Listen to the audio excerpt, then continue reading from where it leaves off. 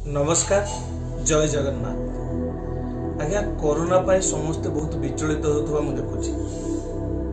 विभिन्न प्रकार न्यूज रे विभिन्न प्रकार खबर दउची। आज एठे एमिथि गला बढ़ी गला कमी गला सेति पय हमर मानसिक अवस्था बहुत मात्रा रे खराब हो जाउची।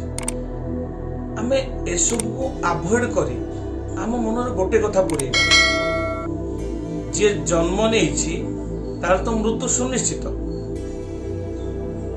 तेणु कोरोना जिते जन्म होइछि कोरोना तो दिन दिन मरिब ना समय लगी पारे से आम विचलित न होइकि धैर्य धरिबा आ सचेतन रहिबा।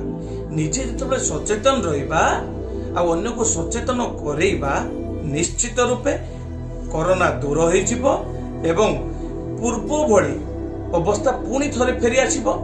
आमने कोरोना को जय करिबा एवं पुणी थरे हस खुशीर संसार खेली उठिब। जय जगन्नाथ।